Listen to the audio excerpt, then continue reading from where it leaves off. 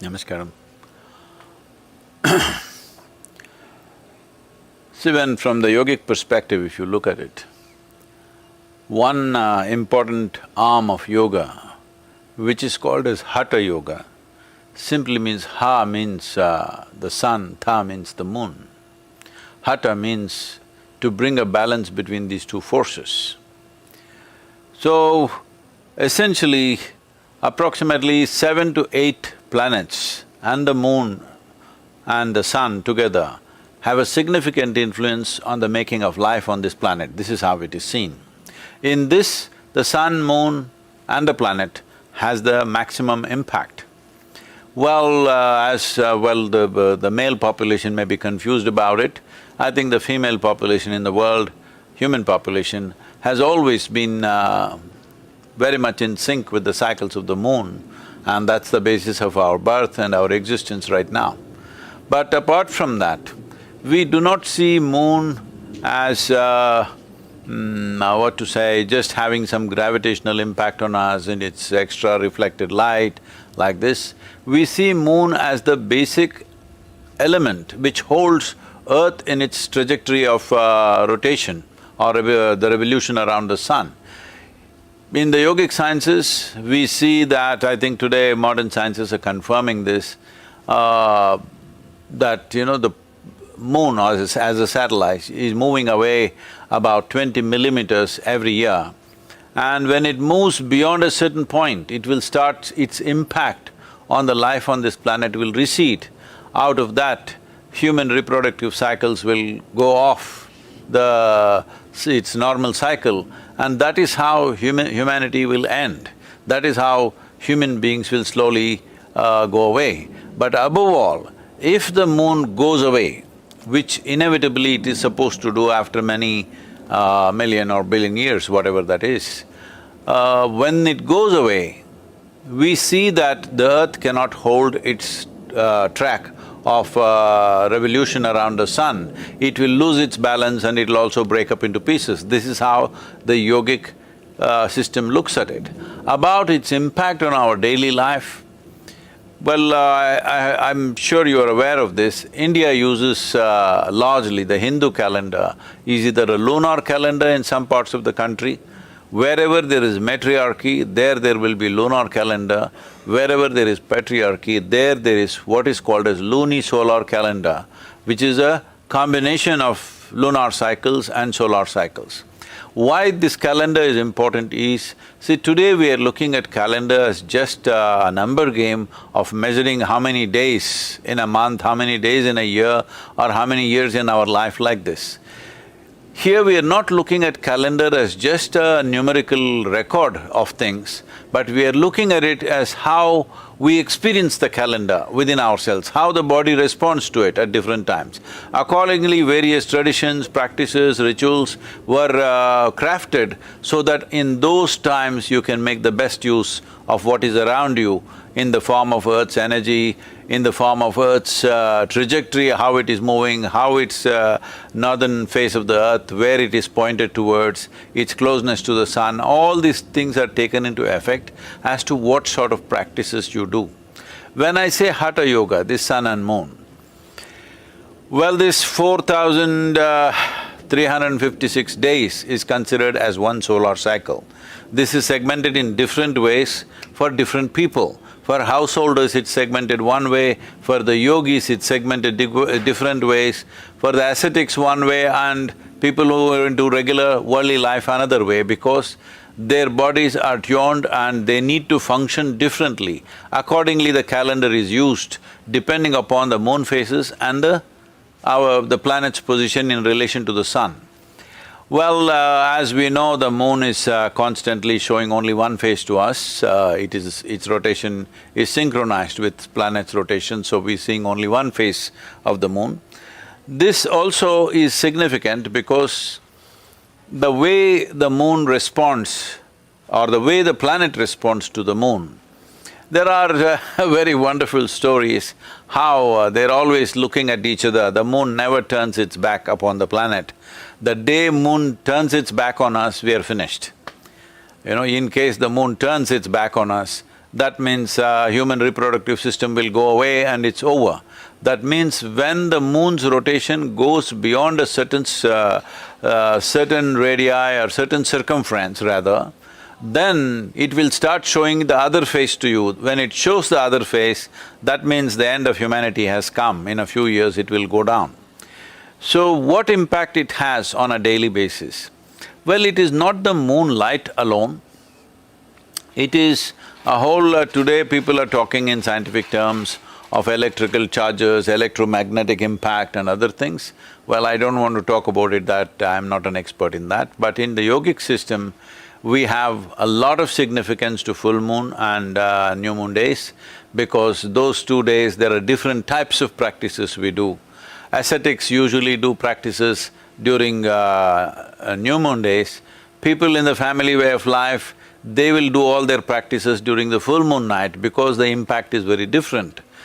There are variety of devices that we created at one time where, like through the full moon night, how to expose your spine to the moon, not allowing the moon to fall on the other parts of the body, a device so that a narrow crack which allows moonlight to fall only upon your spine, and how it reorganizes your system. 3 full moon nights like that could completely reorganize your system from ill health to health, for in women it was seen as from barrenness to fertility and various other aspects, and also in the mystical world, various levels of perception were always, connected with the moon. As you might have seen images, Adi Yogi, the first yogi, wears moon, a crescent moon, in his upon his head like a jewel. This is to indicate that he is at the highest level of perception, because human perception and moon are very connected.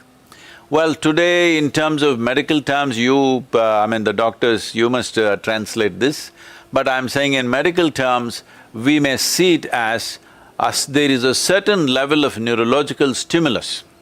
When I say neurological stimulus, why I'm talking about this is, see, as in the evolutionary process of life on this planet, of all the things, we are not the strongest creature on this planet, but we have the most complex and sophisticated neurological system. That's what renders us as really on top of the pile of the evolutionary system. So this neurological development is the most significant aspect of who we are. And the neurological development of the human being and how stimulated it is and how active it is and how balanced it is in many ways directly related to the phases of the moon, and there are very many ways in which people can make use of it to handle their various mental fluctuations and sloshings that they have. Many human beings go into tides themselves within their system because the whole oceans are going up, but 72% of our body is also water. So there is fluctuation in the system. It is just that generally, I know there are some studies saying on this day, people tend to become more imbalanced, or those who have anxiety and manic depressions go off control, this kind of things. I would like to say the moon is not causing madness. I'm saying this so that moon is liberated from this word. Lunar means if you say loony, people think you're mad, all right? So, moon does not cause madness. Moon just pushes up your energy in a certain way. If your quality is joy, you will become more joyful. If your quality is love, you will become more loving. If you are meditative, you will become more meditative. If you have mental illnesses, that also gets enhanced. Whatever is your quality gets enhanced because of full moon. It is not causing any one particular quality in us, it definitely does not bring about madness. It is just that it enhances who you are on that day. Whatever is your quality finds a larger manifestation. Because of that, maybe in the medical institutions, mental and other kinds of institutions, people may find some kind of exaggeration on those days.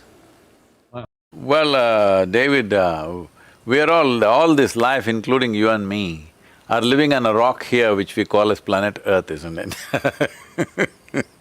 It's just a rock for somebody else who is looking at us from elsewhere. So, About how it influences, I do not know what is the direction of studies which are going on, but I think from what I have heard from people, people are largely trying to measure changes in the brain activity and stuff like that. But it would be helpful because from my experience, I know that the maximum amount of change happens in your belly, in this region, which you call as the gut, because that is where the real change happens and it has consequences in the brain and the rest of the body. So, one important aspect of taking in the moon, there are practices in yoga where you can live like every day, in your experience, it's like full moon. The same full moon impact is on in your body on a daily basis. There's a whole lot of practices like that. So we say this is somebody has become like an eternal moon within himself, that is like a full moon, always. Because certain things can be done in the system, the impact that the full moon has on various aspects of your body, the cellular behavior in the system, this can be replicated on a daily basis simply by activating this dimension. Well, to give some background to that, see, who we are as life is a consequence of how this planet functions. How this planet functions is a consequence of its position in the solar system, and definitely the sun is a major powerhouse which fires everything, and the moon, which is a satellite by our understanding, but it has a significant impact on the production of life on this planet. So what kind of life we are is essentially determined by these two aspects, sun and moon playing their influence upon the planet at various levels. There are other planets which have influences on you, but their impact is much lower and they are significant only to certain people, not for everybody. But fundamentally, sun, moon and the planet are the three celestial objects.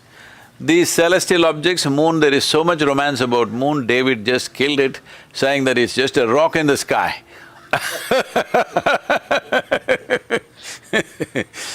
So many people have fallen in love on that day, David. Now you just made a rock in the sky. Why? It is not that the rocks, it is not the influence of the rock upon us, it is not the content or the mineral content of the rock which is making the difference. Maybe that also could be making, but essentially it is the geometric placement of the moon in relation to the planet that it's making the difference.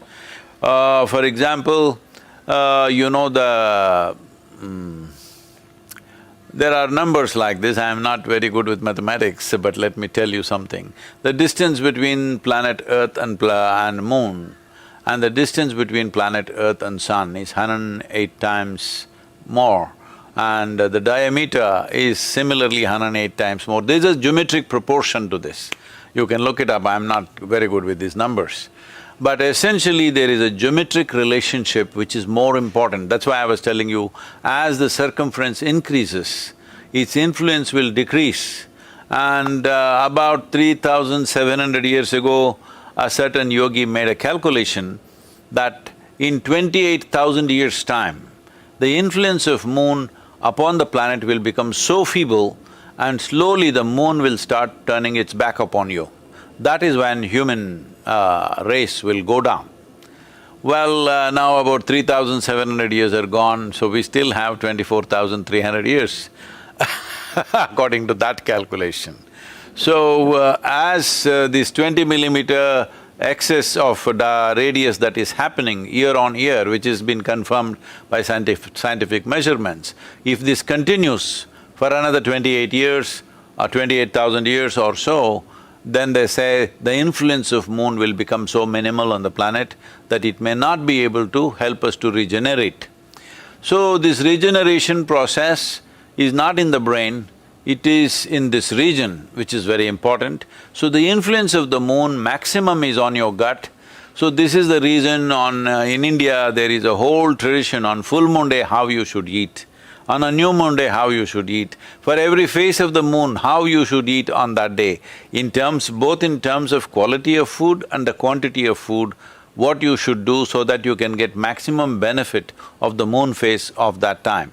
So one important thing is, in India, this was the practice traditionally in the Hindu calendar that for all activity that we are doing, there were no weekly holidays, there was 3 days break for full moon and 2 days break for new moon.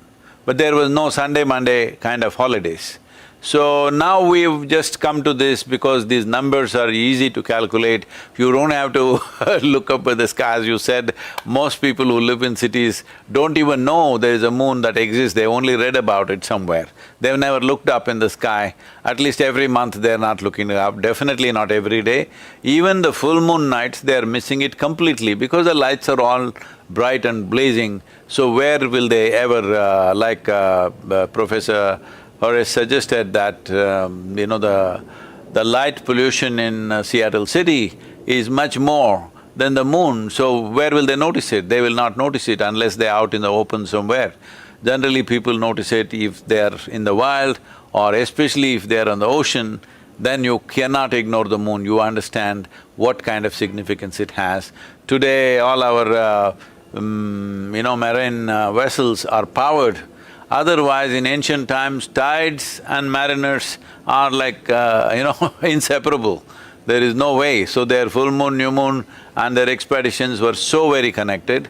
It definitely has more impact than just causing minor differences. We were talking about how the sleep quality changes.